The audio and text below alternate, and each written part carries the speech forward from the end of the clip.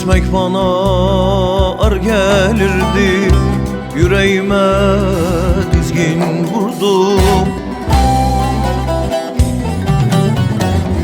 Koca dünya, koca dünya dar gelirdi, kendime bir düzen kurdum.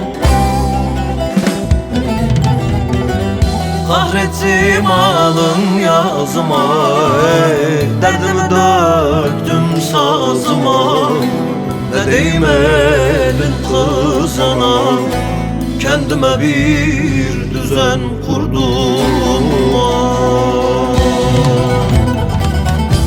Varsın ağlar el vermesin, varsın dağlar yol vermesin. Tabip yarama değmesin, kendime bir düzen kurdum.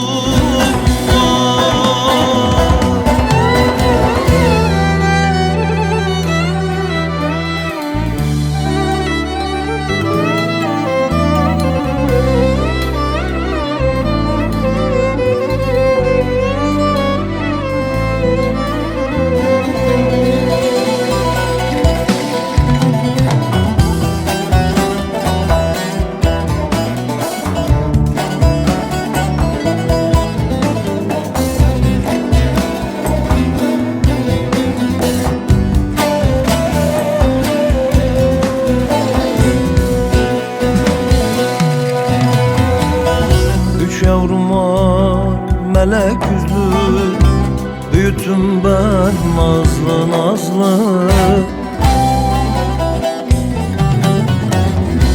Gelemem dost, gelemem dost, gizli gizli kendime bir düzen kurdum.